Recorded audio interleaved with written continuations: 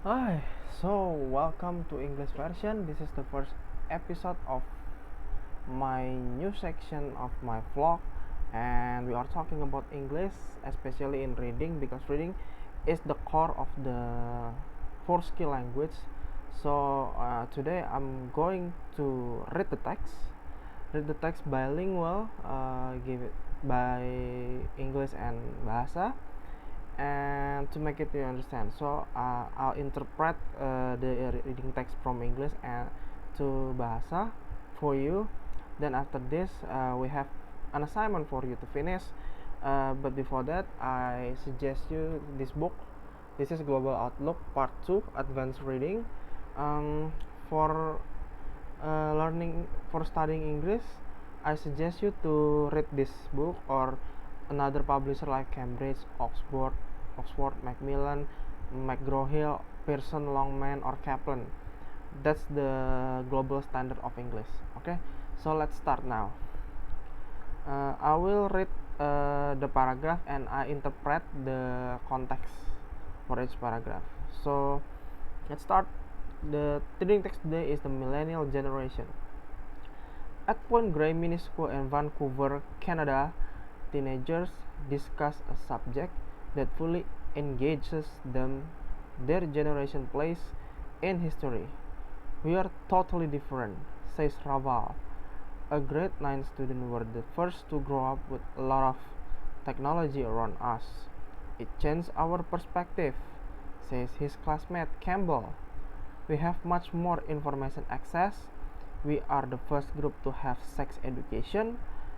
In grade 3, age 14 and 15, these teens feel an important sense of duty to fix problems left behind by older generation, principally by their baby boomer parents.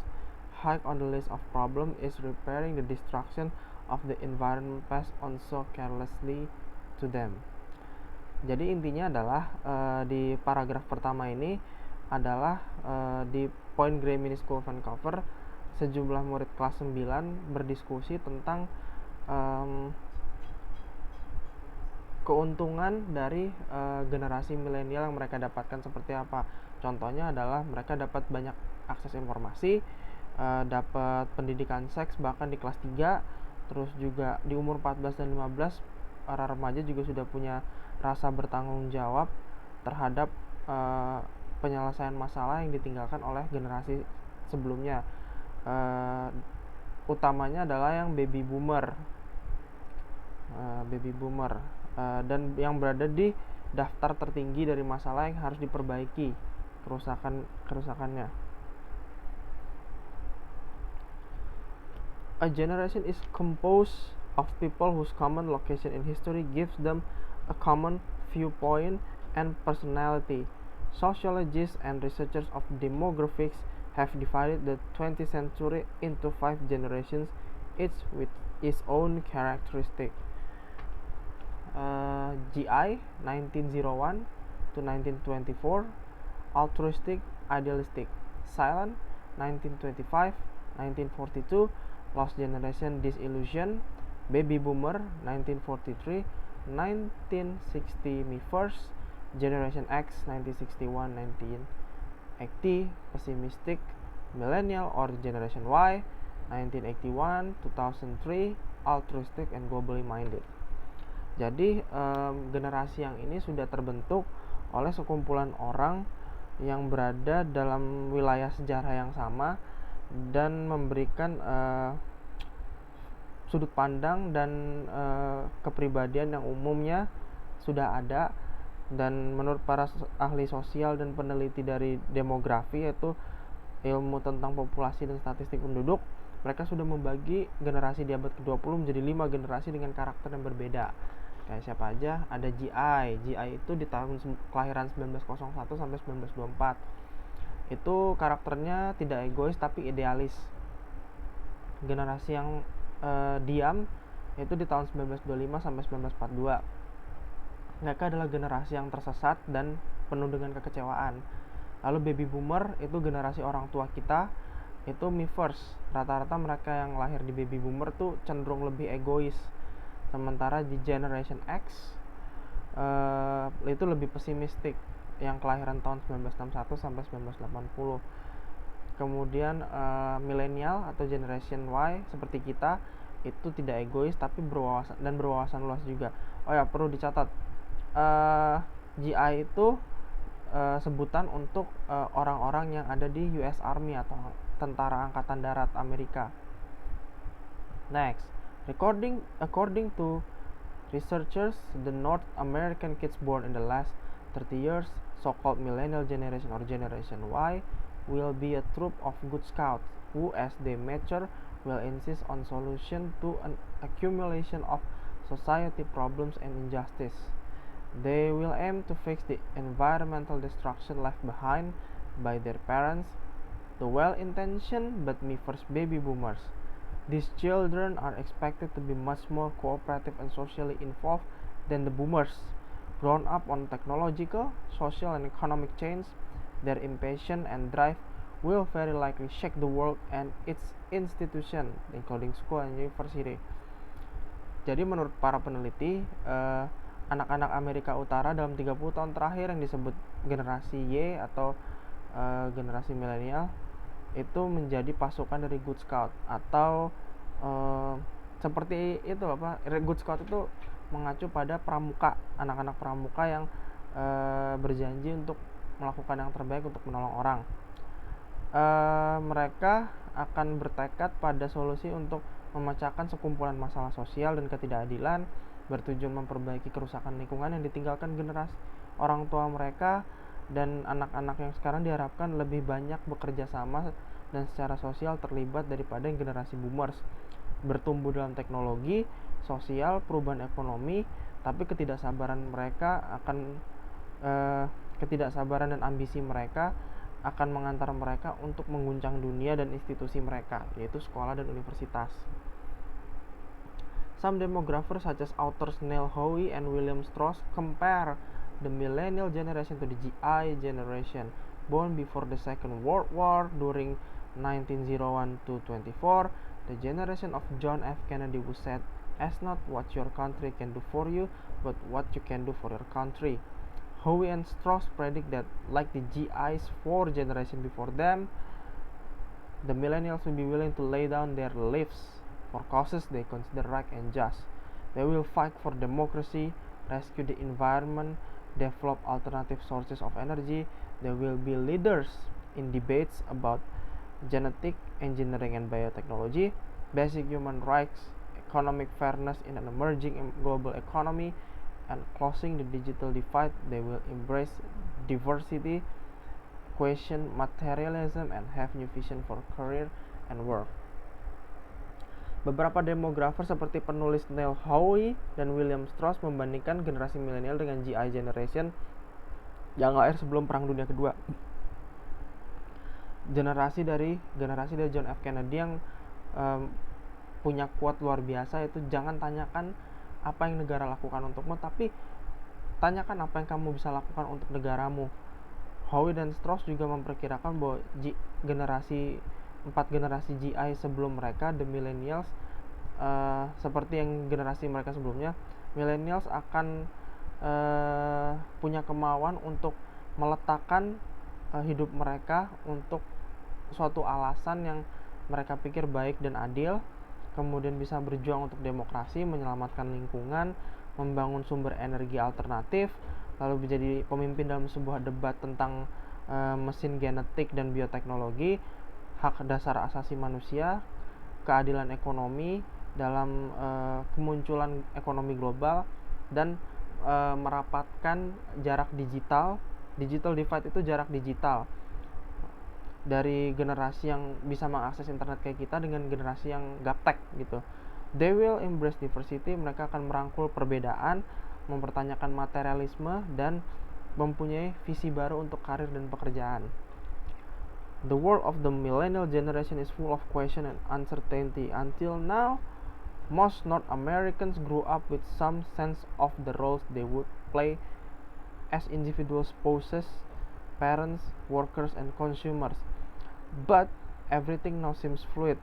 Unknown from job expectation to gender identification, most millennials will not have one job for life. but will have to have a variety of skills for a variety of jobs.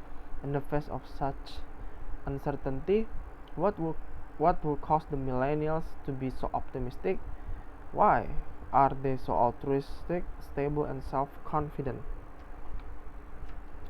Jadi di dunia generasi milenial itu penuh dengan pertanyaan dan ketidakpastian.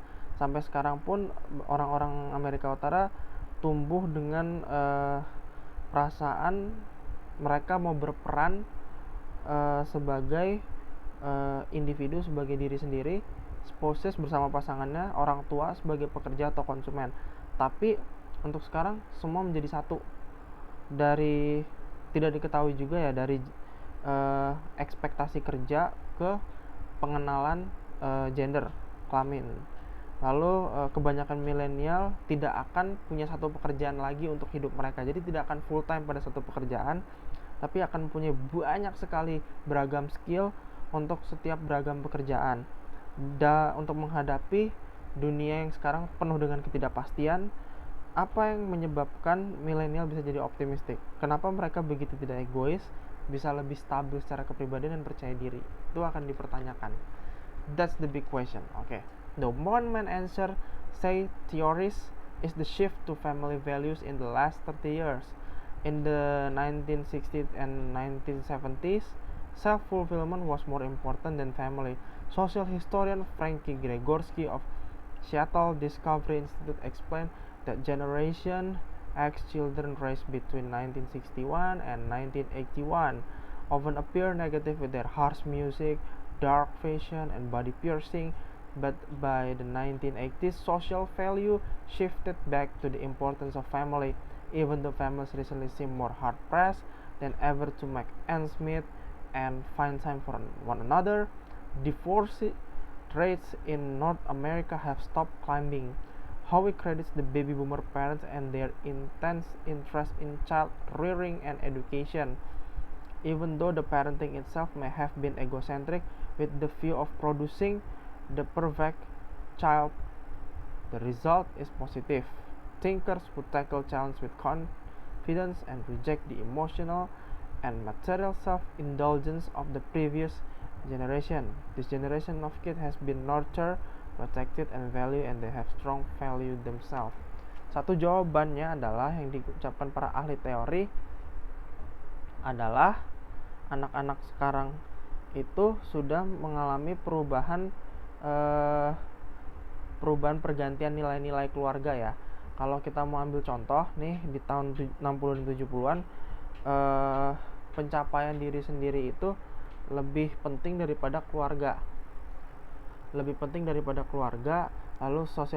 ahli sejarah sosial seperti Frankie Gregorsky dari Seattle Discovery juga menjelaskan Generation X, anak-anak yang Generation X itu tumbuh di tahun 61 sampai 81 itu sering muncul dengan penampilan yang lebih negatif seperti musik yang keras, fashion yang lebih gelap, tindikan. Tapi di tahun 80-an social value sudah berubah lagi ke pentingnya keluarga. Ya, meskipun keluarga sekarang itu lebih ditekan lebih keras untuk bisa mempunyai waktu untuk ketemu ya. Angka perceraian di Amerika Utara juga sudah mulai menurun. Howie juga memuji baby boomer parents karena mereka punya niat dan ketertarikan untuk memelihara dan membesarkan anak mereka dalam pendidikan, meskipun orang tua mereka juga banyakan lebih egosentrik. Egosentrik di sini maksudnya adalah lebih maunya orang tua lah, lebih terpaku pada maunya orang tua. With the view of producing the perfect child, dengan pandangan untuk bisa mencetak anak yang sempurna. Hasilnya memang menjadi pemikiran positif yang bisa mengatasi masalah dengan percaya diri dan menolak rasa manja secara emosi dan materi dari generasi sebelumnya. Generasi ini juga sudah sudah diberi kasih sayang, dibina, dijaga, dan juga diberi nilai-nilai, dan mereka juga sudah punya nilai-nilai yang kuat pada diri mereka sendiri. But don't think that the millennial generation will bring an age of sunshine and sweetness. Skeptics point out the widening gap between the haves and have-not throughout Canada and the US. Especially in inner cities, youth crime is up. The number of children living in poverty throughout North America has increased. Even in relatively rich families, many children lack adequate adult care because both parents work long hours. The Good Scouts will likely be confined to family with thoughtful parents and access to good education, healthcare, technologies like home computer.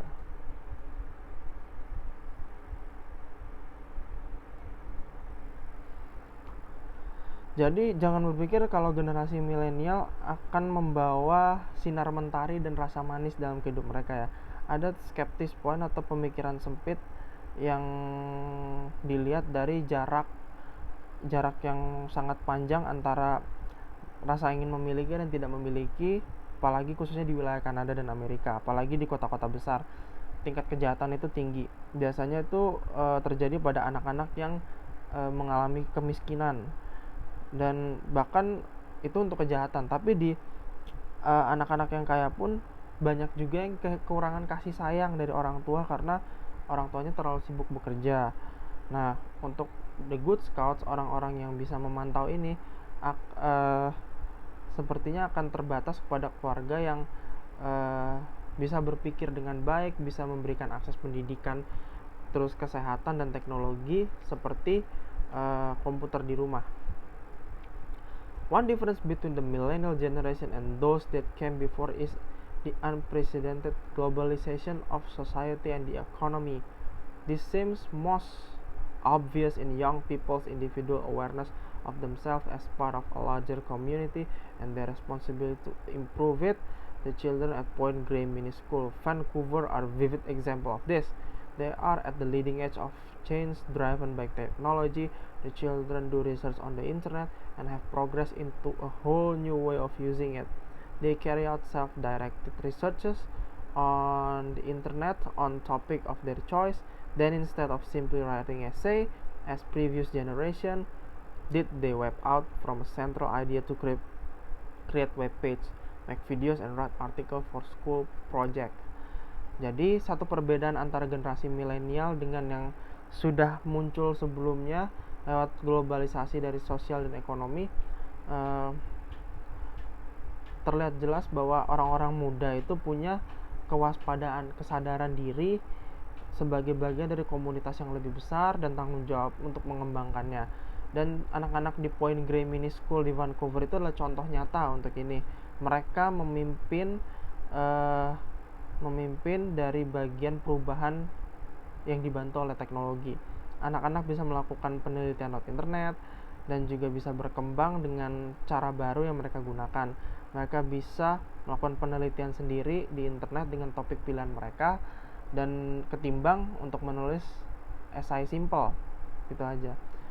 Seperti generasi sebelumnya, mereka web out atau bisa mencari di internet dari pemikiran central idea mereka atau pemikiran pusat mereka untuk menciptakan web page, bikin video atau menulis artikel untuk sekolah, proyek sekolah. Partly because of a global perspective, these representative of the millennial generation are much better prepared for the future. They are able to relate to one another with less racism and sexism than earlier generation. As well as being positive, they are well aware of the global economy, more able to get along with different people, and quite comfortable with a lack of job security. Adapted from Sunshine Generation by Deborah Jones, Globe and Mail, May 10, 1997. Karena sebagai bagian dari pandangan global, anak-anak yang mewakili dari Point Grey Mini School ini sebagai wakil dari generasi milenial lebih baik dalam dipersiapkan untuk masa depannya. Ya, mereka dipersiapkan masa depan yang lebih baik. Mereka bisa berhubungan dengan satu yang lainnya dengan tanpa ada rasisme dan seksisme daripada generasi sebelumnya, dan juga menjadi pribadi yang positif yang sadar dengan perubahan ekonomi secara global bisa berkumpul dengan banyak orang yang berbeda dan cukup nyaman dengan kurangnya kepastian dalam pekerjaan.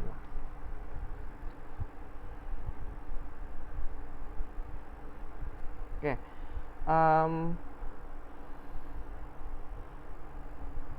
dari bacaan itu tadi kita sudah membahas tentang pentingnya generasi milenial, perubahan-perubahan apa saja yang mereka lakukan, dan intinya begini, kita sebagai generasi milenial sudah dibekali banyak banget perubahan teknologi, sumber-sumber yang maju dan canggih dibanding generasi sebelumnya. Harusnya kita bisa menggunakan itu untuk merubah sejarah kehidupan, secara ekonomi, secara sosial, secara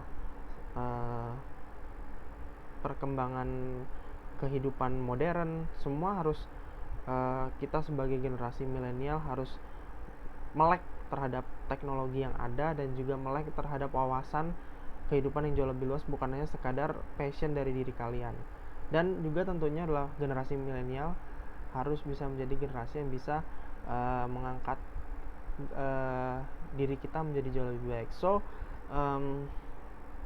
one quote for me adalah, when you become the millennial generation, you have the big responsibility in the larger community to use a great technology wisely, to use a opportunity in global change, and to be part of the world, get along without racism and sexism. Alright, we have a response journal. You can give the comment for this assignment. Okay, the interactive journal response is 1. Were you born during the years of millennial generation? Do you consider yourself a millennial? How are your attitudes similar to or different from those described in the reading as a typical of millennials? Jadi tugas pertama kalian adalah, apa kalian lahir di generasi milenial? Apa kalian menganggap diri kalian milenial? Apakah sikap kalian itu sama atau berbeda dari yang sesuai dari bacaan teks tadi? And question number 2, do you agree that the millennial generation has a global perspective? How is a global perspective expressed in the daily lives of young people today? Give example. Jadi, apa kalian setuju generasi milenial memiliki pandangan global? Bagaimana pandangan global diungkapkan dalam kehidupan sehari-hari oleh generasi muda sekarang? Kalian bisa beri contoh. Nah, itu adalah tugas kalian. Kalian bisa mengerjakannya di komen di bawah ini. Dan don't forget to comment, subs, like, and share, because we are going to learn every single interesting topic in English version with me. And thanks for watching. That's all for today, and we will see you in the next video. Bye bye.